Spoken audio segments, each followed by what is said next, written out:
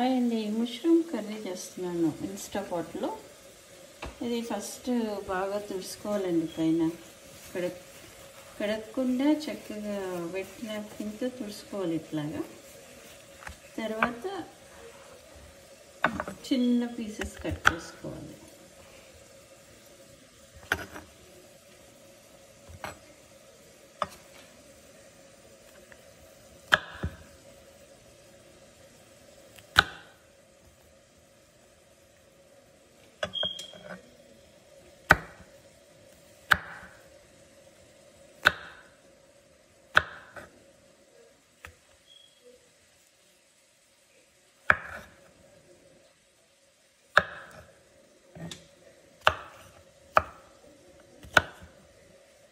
ఈ black part ఇష్టం లేకపోతే తీసేయచ్చండి, వేసుకున్నా ఏం కాదు.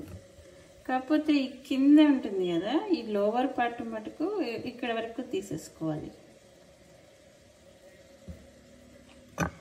ఇప్పుడు ఆనియన్ ఫ్రై చేశానండి.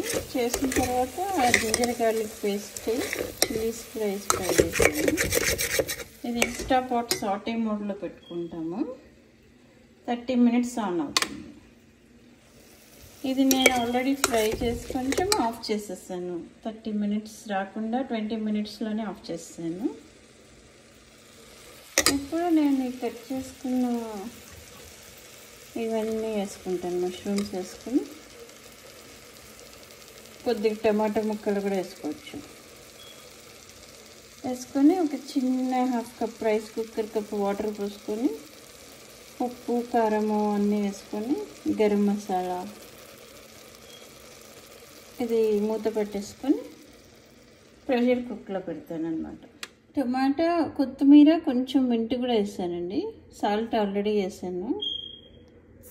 ఉల్లిపాయ వేయించినప్పుడు ఇంకొంచెం వేస్తున్నాను. సాల్ట్, కారం, హోమ్మేడ్ కారం అండ్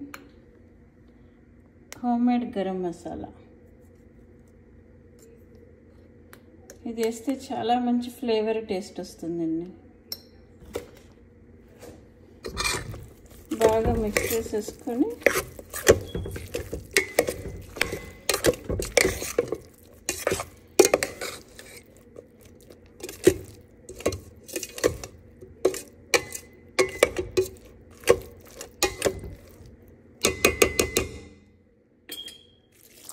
కొద్దిగా వాటర్ పోసుకొని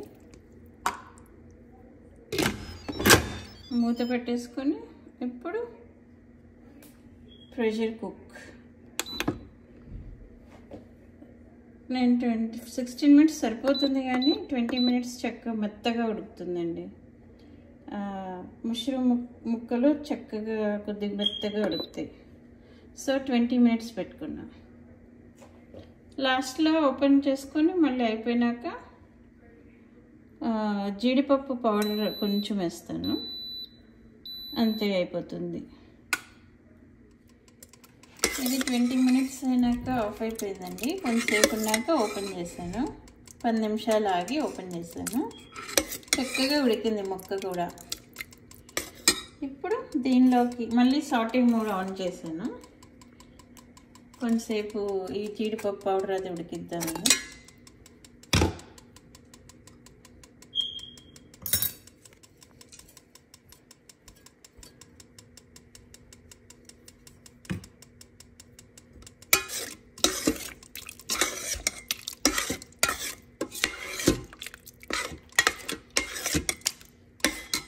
ఇది మూత తీసినాక ఇట్లా సైడ్లో పెట్టేసుకోవచ్చండి. చాలామందికి తెలియదు.